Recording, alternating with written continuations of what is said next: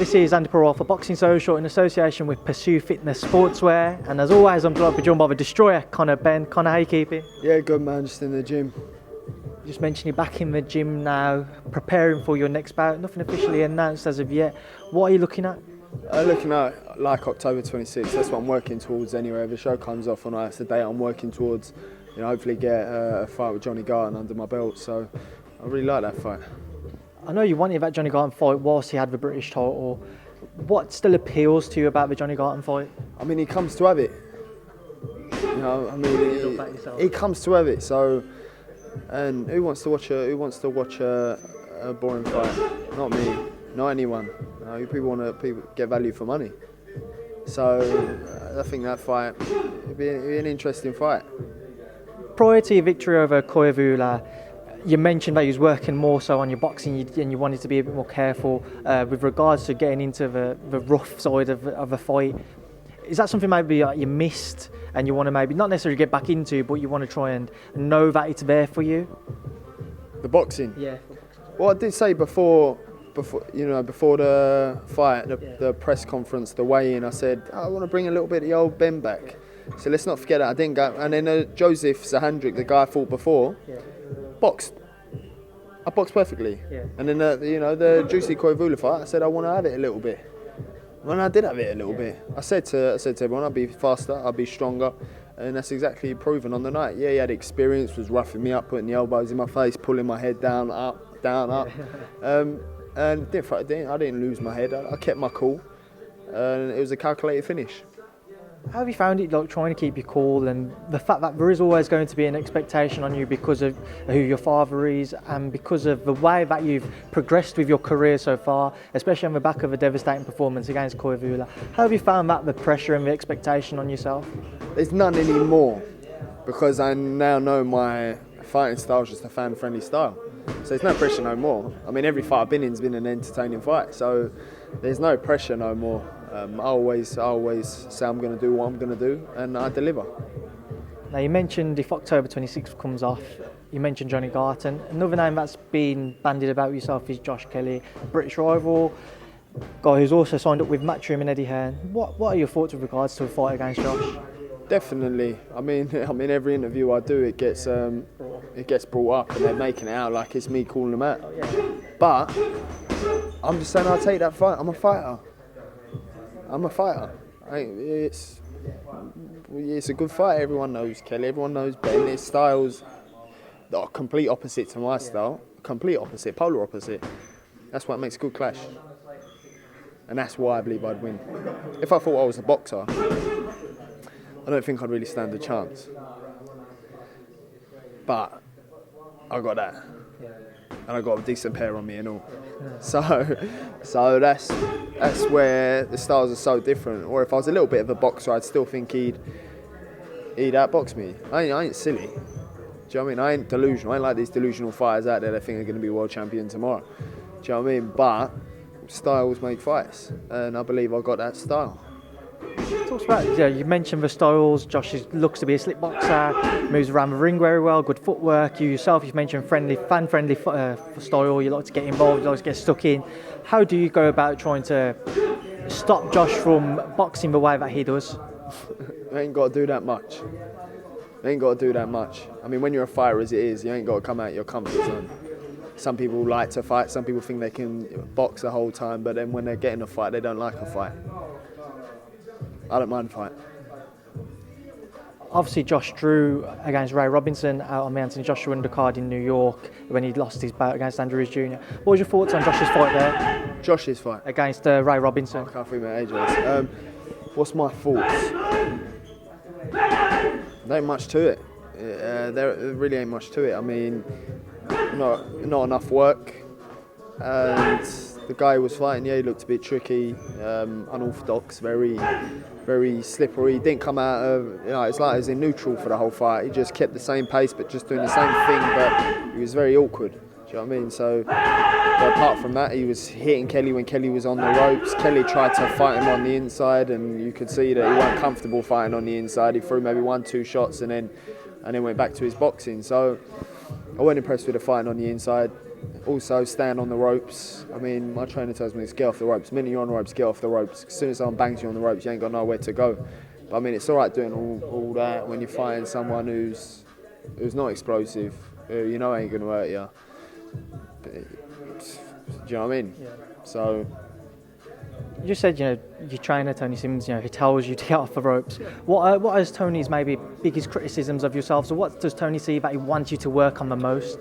I think it's maybe as frustrating for Tony as it is for me in regards to what I do in the gym. I feel like I take 10% into the ring. So I think it's frustrating for us both. But for as long as I keep proving each and every fight, there's nothing to worry about. I'm 22, so there's really nothing to worry about. I mean, so it's coming together. I mean, if anyone can't see this not coming together, well then you're blind. Do you know what I mean?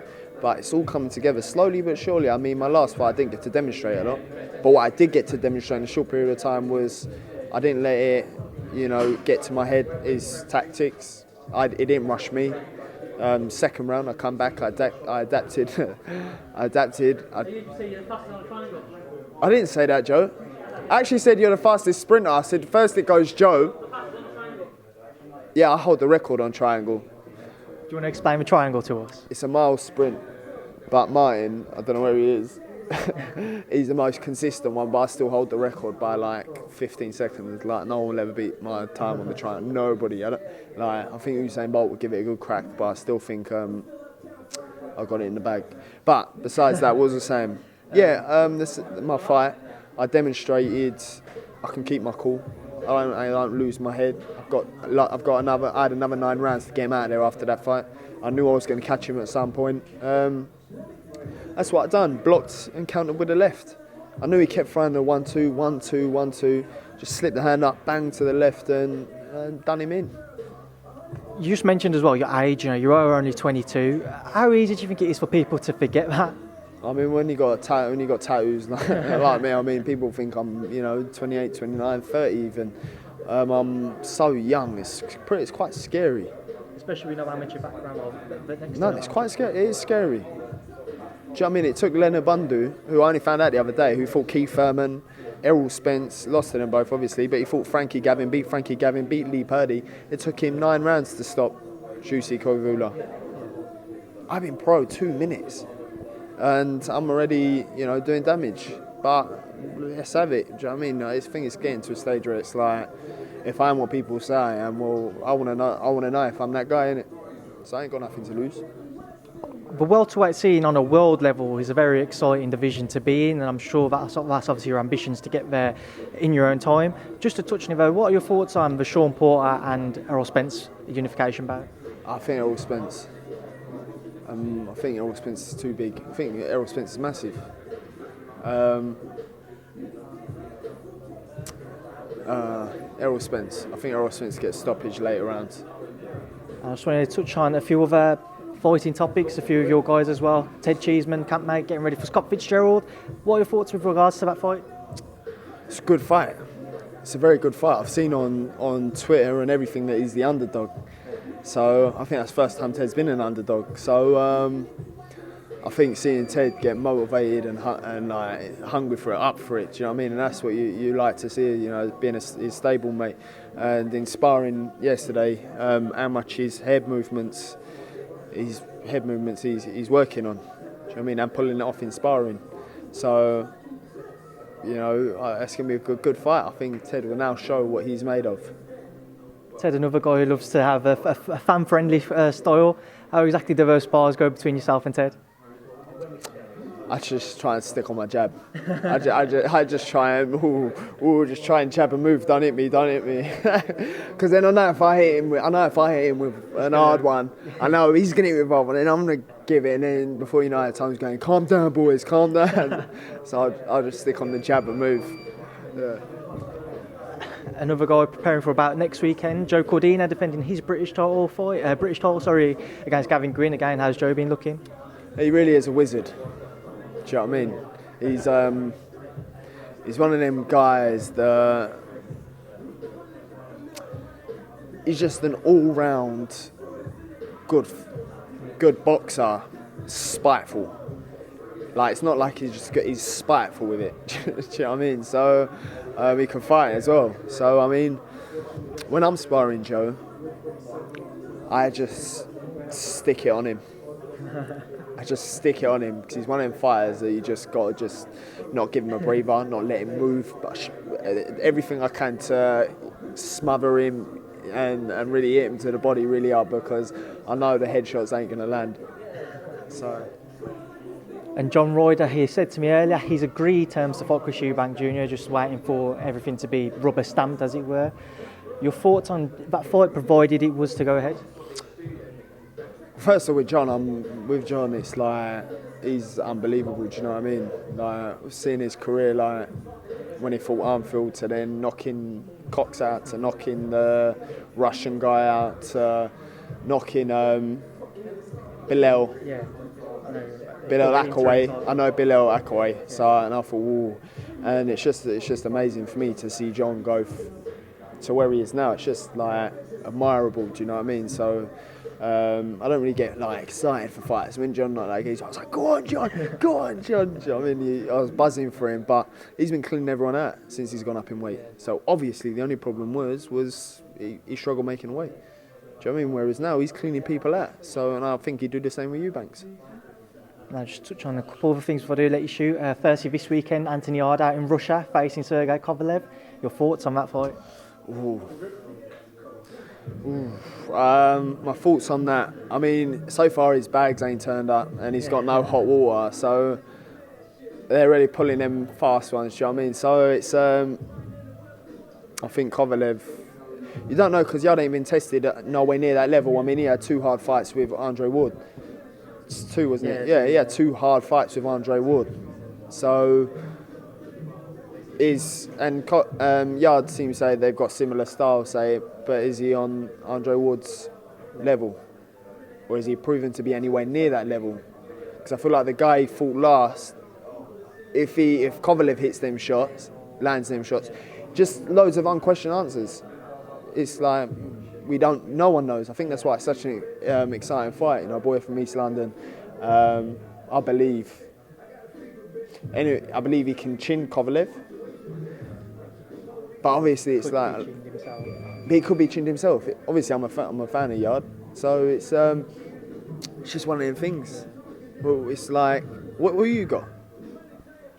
Nobody cares for my opinion, Conor. They do boxing social. What's your thoughts? I'm going to sit on the fence. No. I've got splinters. Well, I think, as I say, it's a hard fight. Anyone can get chinned. If it goes a distance, Kovalev. If Yarde don't knock Kovalev out cold, Kovalev. So it's all the odds are stacked against him, unless he gets a clinical knockout, which is possible. Is it a matter of it's just got to be a stoppage? He can't afford to allow it to go to the cards, regardless of how well he was to box.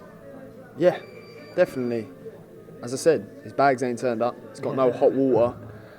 Who knows what they're gonna? You just don't know what they're gonna do over there. Like, it's madness. And a couple more fights just to quickly touch on. Firstly, Ruiz-Joshua out in Saudi Arabia for their rematch. Your thoughts on the fact that it's taking place out there, and how do you see the rematch going? Weird how it's over there in Saudi, but how do I see the rematch going? The thing is, I think Ruiz is all wrong for AJ. Stylistically, height, all the above, but I believe AJ can adapt and work with that. Yeah. Do you know what I'm trying to say? Because you think that Takam Povetkin sparked him out, but while the fight lasted, it was the lateral movement, the shorter guy that he was struggled with. So I think he can adapt, spar a lot of shorter guys who have got fast, rapid, explosive movement, who lets 4s and 3s go. I believe he will adapt, and I believe he's coming in lighter. It looks like anyway. Stay behind his jab, and then when Ruiz comes to come in, bang, bang, and do the damage like he's done pretty much all of his fights. And finally, Loma Campbell. Again, how do you break that one down? With Loma, it's like He's He's like a god of boxing. he's like a weirdo. he's so just crazy. He's just like it's just weird, isn't it? Yeah. Like he's just so good at everything. And you think, no, it's just a bit weird, isn't it? Like you just want them weird guys who are just like freakishly good at everything. I mean, all you could say is the god of boxing. It's like, I mean, that sounds a bit bad, but I would look at him and go, yeah, he's a bit weird. Do you know what I mean? Like he can do weird stuff. It's like, how do you even know you can do that? So how does he punch a ball in the football things? Like, how do you even do that? How do you even do that? I can't even do that with my foot, my hands. I couldn't do that. Nothing. I couldn't even do that if it was this close to me. So you just think like, yeah, okay. He's just got gifted at anything that he'd do. So back to the original question. I think everything's got to be right for Campbell on the night, and I think he'll have to knock Loma out early or late, or just knock him out. But I feel like as the rounds go on, and Campbell's missing. Yeah. Well, Conor Benn, I have kept you for long enough as well. As always, thanks to speak to myself. I'll leave a last word with you. Anything you want to leave on? Just thank you to my supporters. I mean, it's been a blessing so far, my career, my journey. I just thank you all for sharing it with me, as well as I hope you lot are enjoying it as much as I am. And I'll see you October 26th. Conor Benn, thanks for speaking to myself on Boxing Social. Pleasure.